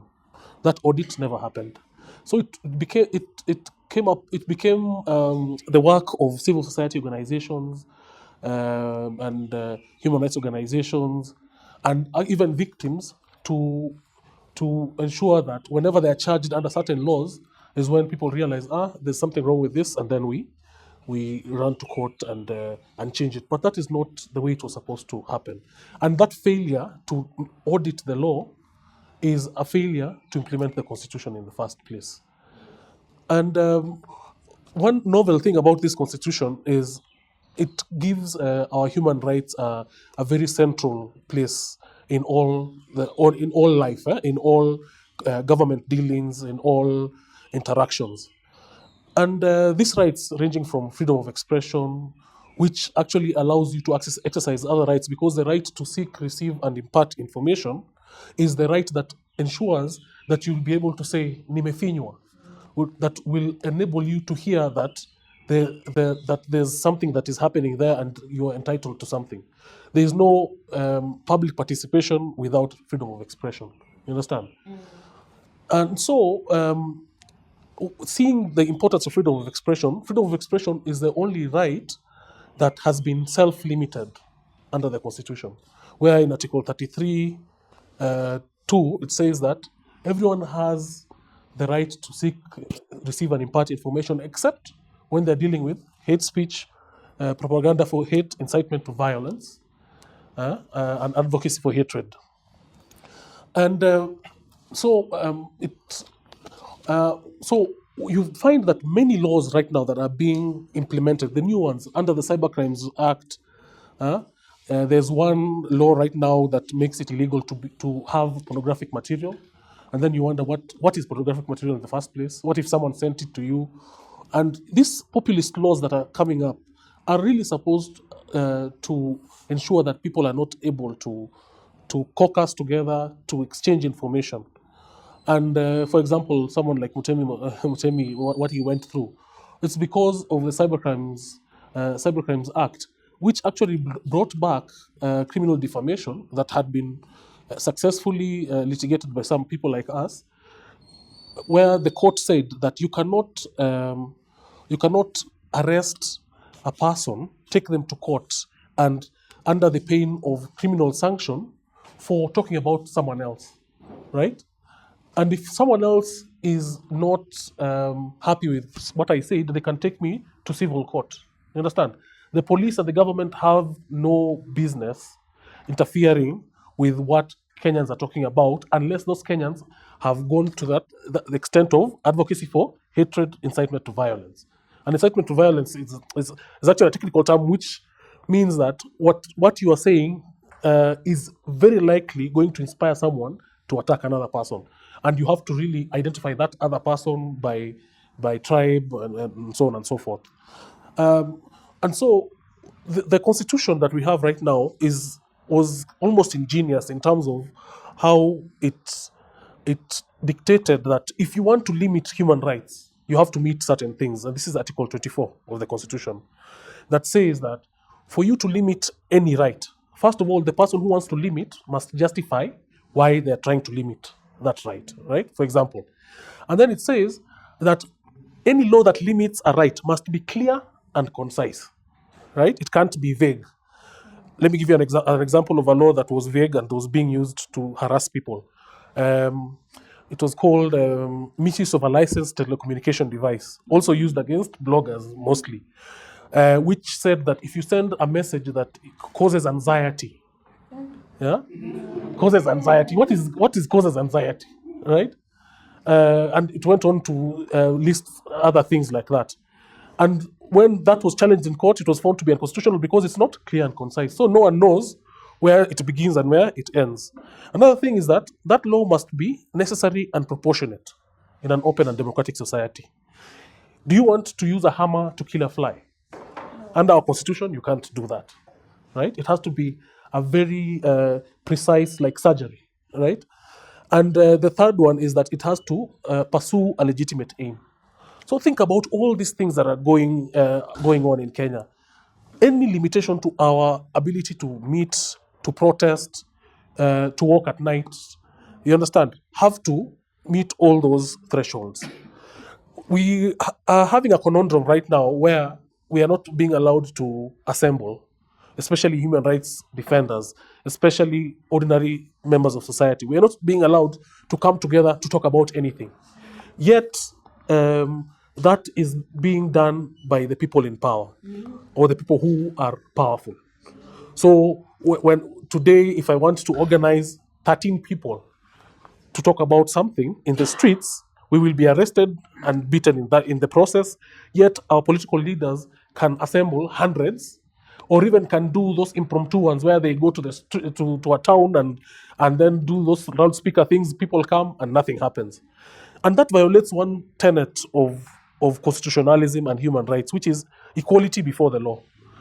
You can have the rule of law, yes, but as long as that law is not being applied equally, it means that there's a violation to all laws and everyone in the country. And so I think that's the next step. Next step we need to go to demand equality before the law. The BBI case was fast-tracked in the Court of Appeal. The Willy Kimani case is still going on. How many years later? Huh? And all the evidence is there. In fact, one of the cops is going to be charged with another murder, right? So there's really, as much as we've made certain strides, there's a lot that needs to be done, and a lot must be done by professionals, by ordinary Kenyans, which we said is not a good word, or the average Kenyan. Yeah, but so I am optimistic, but cautiously optimistic. What I'm seeing right now as we head towards an election, where clearly the police are being partisan, where certain elements of the judiciary are being attacked, where people cannot assemble properly.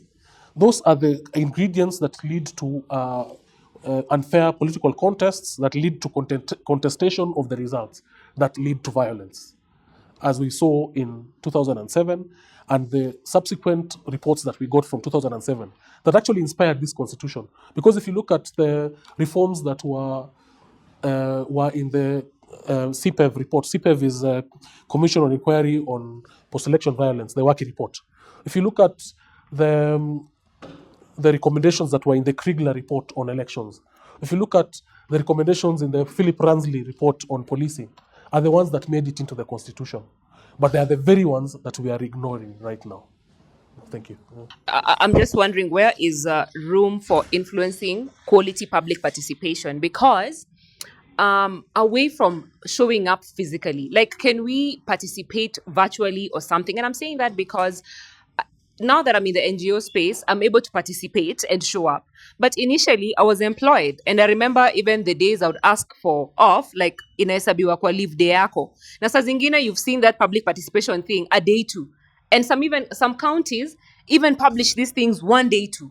As in, honestly, you want to, but if that one day is going to compromise your livelihood, you won't go. If that one day is going to make me lose my job just because I want to go and participate, I won't go. Because if your own colleagues and boss do not understand the need and the importance of public participation. But you see, if I could participate virtually, I don't need to compromise and start asking for off days, leave days, and start feeling like, oh my God, if I have to participate 4 times a year, I'll lose my job. Because if they start branding me an activist and I'm working for them, I might lose my job. So I think also I think we miss out in terms of how public participation is organized. I feel like it's flawed in so many ways, but I'm just wondering what we can do about it. Thanks, Bina. I think to answer your question, we submitted recommendations to the Senate when they were doing the second bill reading for the public participation, the second reading. And we suggested social media. And you can imagine what happened. Do you want to guess?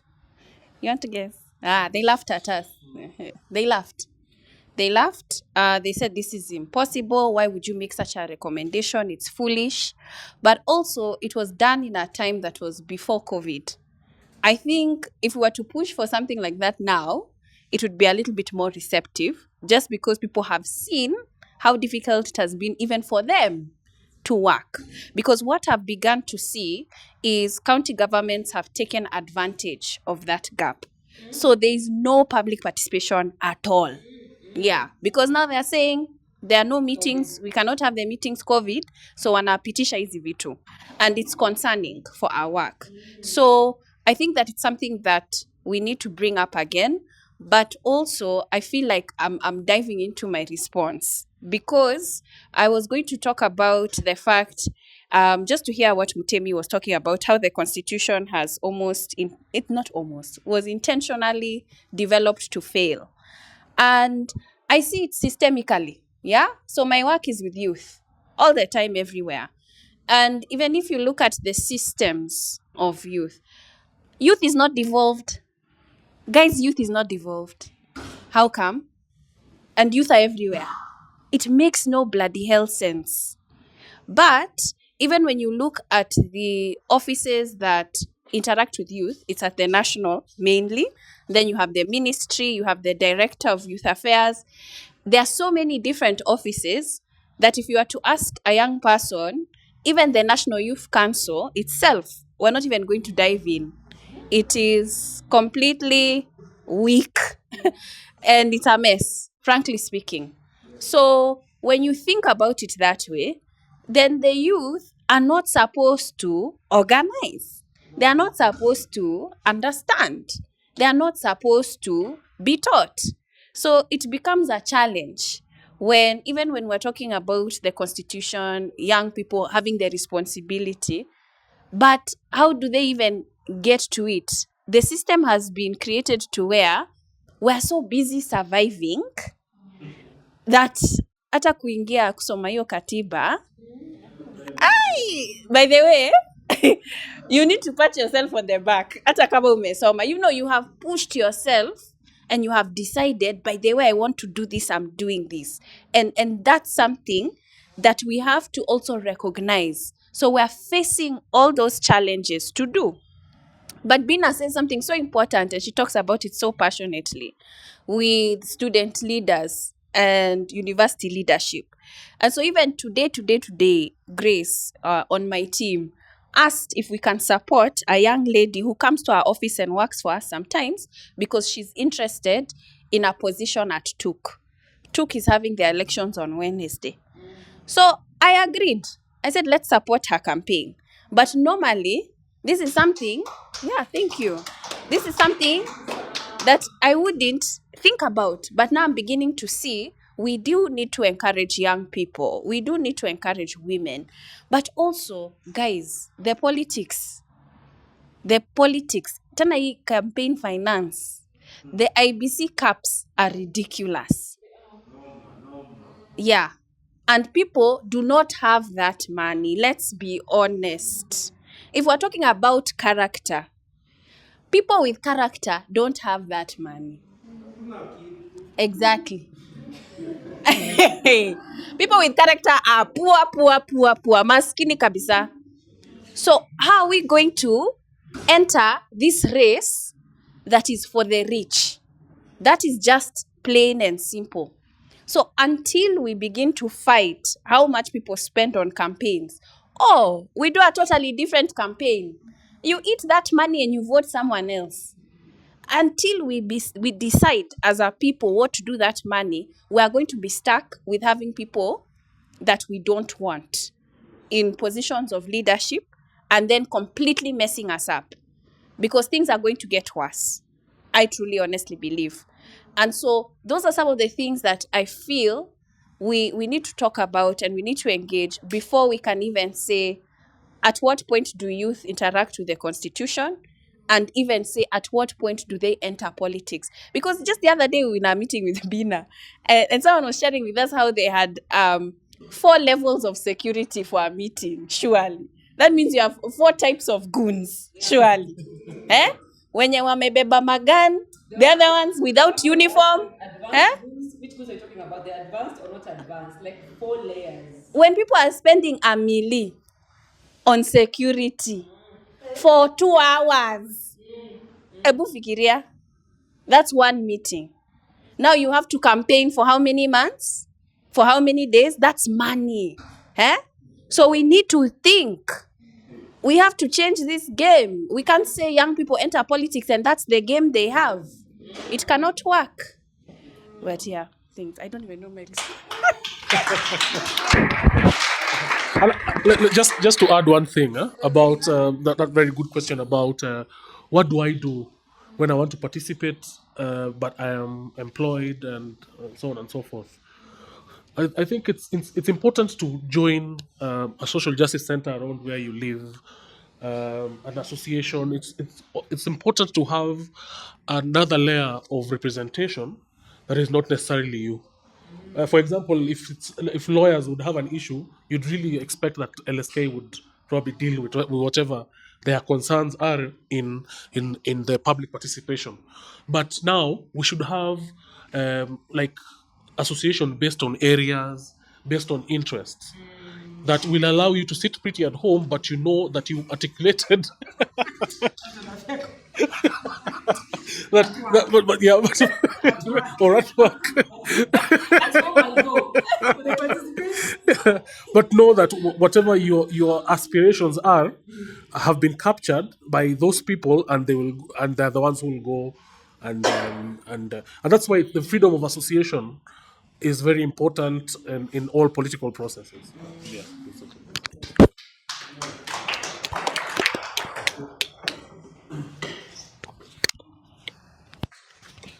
On this issue of public participation,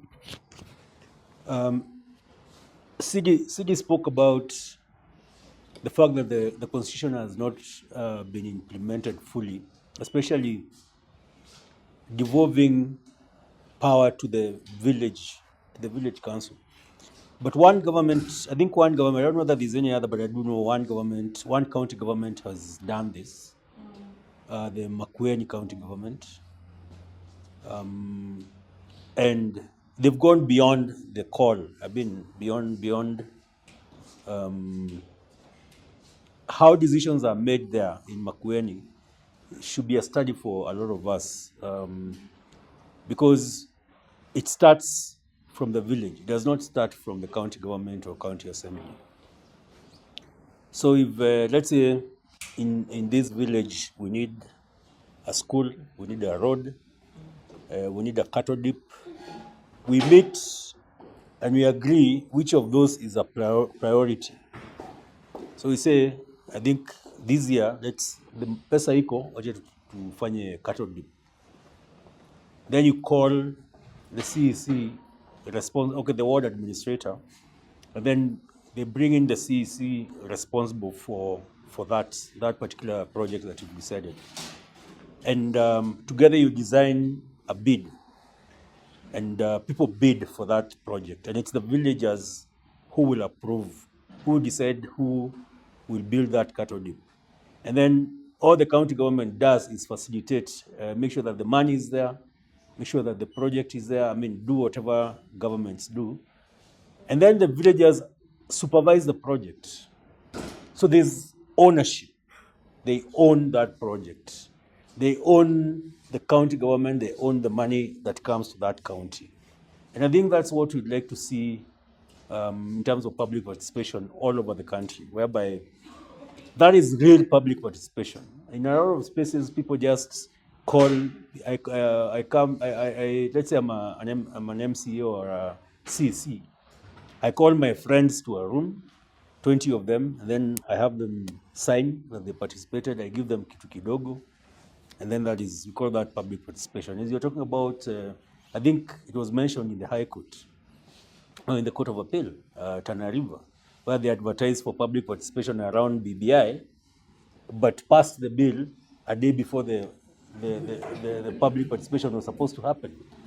So I think we need to demand these things from our leaders. And I was surprised that these are people in the advocacy space when Bina asked that question of how many have read Article 43, because everything that you do in the advocacy space is actually based on Article 43. The right to food, right to health, right to education, right to water, security, sanitation, housing, etc. All those are Article 43 rights. So it's important that we read this constitution. If you have a smartphone, there's no reason why you should not have that app. And that app is offline. Once you download it, the constitution is in your phone. You don't need data to access it. So let's make it a responsibility, as Sidi talked about. Constitution gives you rights, freedoms, but people don't talk about responsibilities. As a citizen, you have responsibilities. And that's why I'm an activist. That's my responsibility as a citizen, to be an active citizen and to speak truth to power with love. And the fact that I speak truth to power is why I get arrested, because the people in power don't want to hear that truth. Interestingly, like the poster that I was arrested for, I don't even know who created it. I just tweeted it, and I didn't care who whatever, because I have a following. It went viral, and someone panicked in the office of the president and decided, kabla Uhuru auliza, wacha tushike wewe ndio It was back in so they can at least say we took some action, because what happened with that poster and there was a petition that was running at the same time. They went viral and they went to international media, and for the first time, because this Jubilee had been very good at creating an impression, handling PR, especially internationally, so they could continue borrowing. And so this is the first time that even the Bloomberg and other financial media organizations picked up that conversation that Kenya is over borrowing, Kenya is broke, the IMF has put in conditions, and Uhuru got so angry that I hear he picked up a seat and threw it against the wall. And so my arrest was supposed to, I guess, mitigate and show him that some people are doing something. But I know it shows the power of us speaking, us asking questions, us not just being quiet, being active citizens. The fact that a tweet can get the president, can get the entire machinery of government to come for me, shows you the power we have. So let's have more Mutemis out there. Yeah? Let's have more Mutemis. Let's speak out. Let's ask these questions. Thank you. Thank you very much, Mutemi. I think I'll give Dimas to close. Give us your reflections as Mufasa prepares himself on. I hear it has changed from we the people to we the politicians. And we are being told that we have a constitutional crisis and we need change. But what we have is a power crisis, a political crisis, that we need to actually change the constitution to accommodate the political crisis. So what are your thoughts of the shift from we the people to we the politicians of Kenya? I did say that. I did say that. You know, on paper, it is we the people, but there was a very elaborate plan to change it back to we the politicians. And it was very insidious because it involved almost all the political players. And that's why they keep meeting in certain conferences, because as a group, because it is decided by them that we are going into this thing together and we are going to reclaim this country and for themselves, right, and control it by themselves. But as Mutemi says, the courts really stood up for us. Because some of us were not very confident about the Court of Appeal, right? Even if I do the numbers about the Supreme Court, I can't be that arrogant. But it will take a lot of somersaults to undo the very strong judgment that was written by the High Court that really reasserted that you cannot just play around with us. You might have done it in 1966 when you removed the regional governments, when you removed the Senate. 1975 when you decided to change the constitution in order for you to pardon your friend for electoral malpractices. 1982 when you guys just decided that multipartyism is too much. This country just needs one party. And everything you wanted to do, you had to bend down to the will of KANU for you to articulate yourself. And it's only when Kenyans started standing up for themselves that we saw the repeal of Section 2A in 1992, the reforms of 1997 after IPPG, the rejection of the Constitution in 2005, where the same players decided to go and edit the Bomas draft for themselves and now present it to us as a document to be taken to a referendum, and we said no. And it is now when you look at our history that you realize that those judges looked at this thing holistically. They looked at it from when this idea called Kenya was born, from when we started exercising sovereign power, and how through legal processes, the political class always had its way. And right now they have, obviously they've met, obviously they've regrouped, But the challenge that we gave ourselves in the 2010 constitution, it's very hard to play with it so much, fundamentally. And we thank God for that. Yeah. Thank you, thank you, thank you. I hope we have learned something and we are charged, empowered. I like what Bina said, and I think most of the time we don't really internalize the fact that the law decides so much about what we do, that we don't really translate what these leaders, what this constitution mean to our daily life. Yesterday, my cleaning lady was telling me, huko kwa soko hakuna hata spinach, hakuna hata mboga, hakuna hata mboga, ile cabbage nimepata ni ya 50 bob. So you can imagine 2 adults and two children under 15 are being fed with cabbage, moja ya 50 bob, 1 meal. And that cabbage is not the only thing they are eating. So how much money do people in informal settlements earn a day?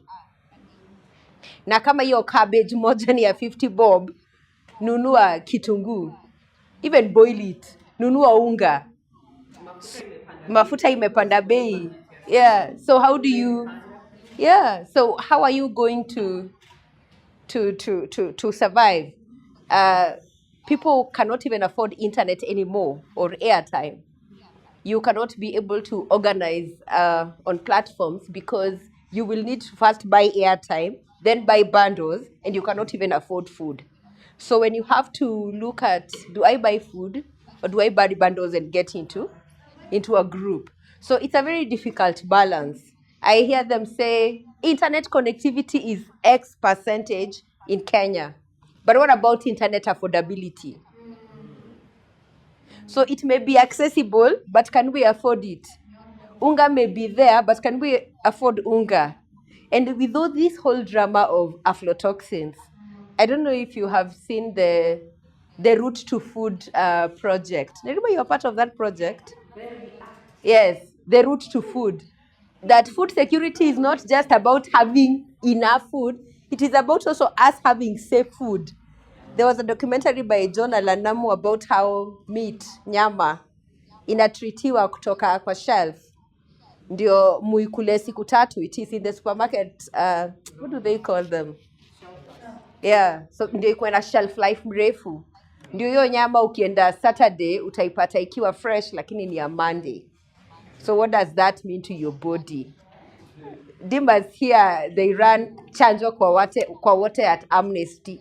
And I keep asking, okay, yeah, we want to be vaccinated. But we want to know why we are being vaccinated and what is in the vaccine and how it affects our body. We want to have free, prior, and informed consent to say, ninaenda kuchanjwa because this is how it benefits my body. I've seen, and I'm not saying this has happened because I cannot verify. Someone says, nilichanjwa, I cannot lift my arm. So me, when I see that, I'll be like, I'm in a group where someone asked, do we have a pregnant woman mwenye amechanjwa kwa hii group? Like someone we can relate to. Atuambie what happened after amechanjwa? Hakuna. So people are like, okay, so what will happen nikichanjwa and I'm pregnant? You see, the right to information. And I feel like this is the time that the right to information should be prioritized. We need to know so much that we are not allowed to know. We need to ask questions that we normally don't ask. So thank you so much for coming. So we will get a presentation from Mufasa. My boys are dying. Some of them are poets. They have written 1,000 poems, but not one has earned them a living. Open mics don't open the door when the landlord closes your house. My boys are dying. Some of them are singers. You may or may not have heard their songs before, but every mealtime they eat their own songs and chalk on their lyrics. My boys are dying. Don't let those Nike shoes fool you. There's nothing correct about the heart of a young man who has nothing but his Nike shoes. My boys are dying for being misunderstood. Understand that my boys will do anything for money. My boys are dying because the universe has refused to accept them as stars. Now they are earthbound, bound to be art. Art is soil. Soil is sometimes called dirt. My boys are dirty. My boys are dying from working in sewers and garbage points without proper gear. Their family fears, but it's what steers are leaving, believing tomorrow will come, but the day is leaving. My boys are dying from taking care of families that don't feel taken care of. My boys are dying from bullet wounds. My boys are dying for being boys, for being big boys, for being just boys, for being bus boys, for being in a group of boys. My boys are dying before they are fathers. My boys are dying because they are fathers. My boys are dying to go farther. They've got bomb lyrics to bomb your TV. Check the temperatures. They are walking degrees. Their minds, the state of art. The state has refused to stage outside. My boys are dying inside. Ask the jail warden. My boys are dying from duodenal wounds, from intestinal wounds. My boys are dying outside. My boys are dying because our leaders are clashing. My boys are dying because our leaders are lying. My boys are dying because integrity is dying. My boys are dying because they have nothing to go back to. I know boys my age in the streets going back to back, blaming a whole country for not having their back. My boys are dying because they lost hope. My boys are dying because their mind is at war. My boys are dying and all our local leaders keep doing is lying, lying, lying to fly Russia, Dubai. I wonder what to buy while my boys cannot afford a bus back home. My boys are dying. And I don't know if we are ready to save them. I think the suggestion that I will have personally kama Nelmo is to have this conversation more. The more tutaongea, unajua watu waliongea a few days and then tukaanza kusikia sasa hivi wanaongea about the president na venye wanapigana, si ndio? We have to continue talking about it. Decriminalizing of dreadlocks and si ndio? We have to continue that conversation because then that is the only way we'll be able to sort it out. Sasa. And for now, I want to welcome the person who is closing it out. So I'll call Bilha. So this song is part of something that we're doing back at home. It's part of a project we call it Sauti za Mtaa, and talking strongly about the same thing that I'm just talking about. Sindio? And she says, tunakataa. So let's give it up for Bilha. She performed this. And the song is all about police brutality, injustice, na vile wase wanaharasiwa. And also what's the word? Like to put it for the youth, like to give players in, we get to know more about our rights.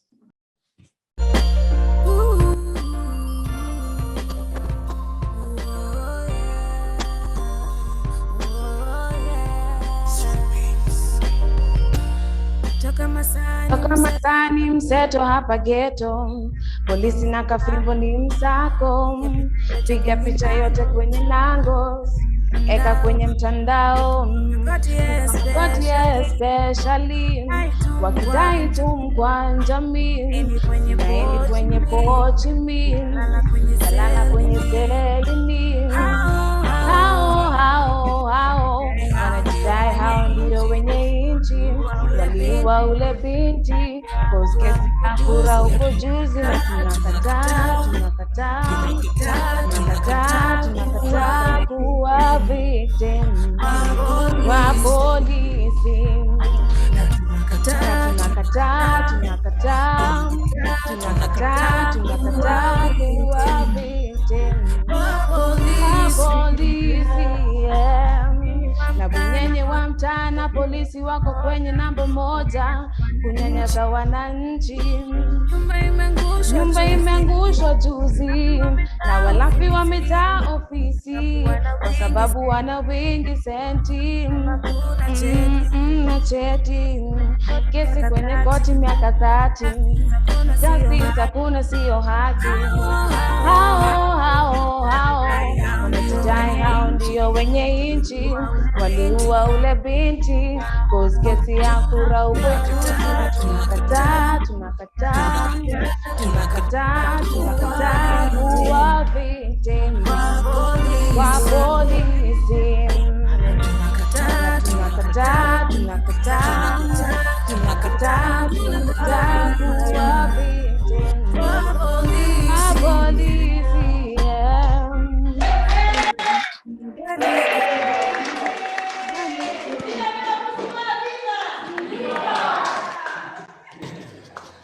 Yeah, so I think this is a time we call it an evening. but the conversation about the Katiba and the constitution, sindio? Hizo ni the same thing, sindio? Ni Kiswahili tu na Kiingereza, sindio? Conversation ya Katiba inafaa endelee, na one thing, I think one thing that is very important, mimi usema ni kuhave this conversation area, sindio? Nilikuwa sema ile mradi ya Gengeton ilikuwa mradi mzuri sana ya kubring hizi vitu hapo ndani, sindio? So because basically it was one space that they were talking about anything and everything, sindio? They are, see nikai waliacha, they're still continuing. So that space being, if that space can be able to be created to talk about it, whatever Gengeton talks about, it's very possible to have this conversation on all these spaces. Sasa. So thank you so much for tonight. Appreciate Buni Media for making this possible. Buni Media, part of the XYZ team. Thank you so much. Have an awesome weekend.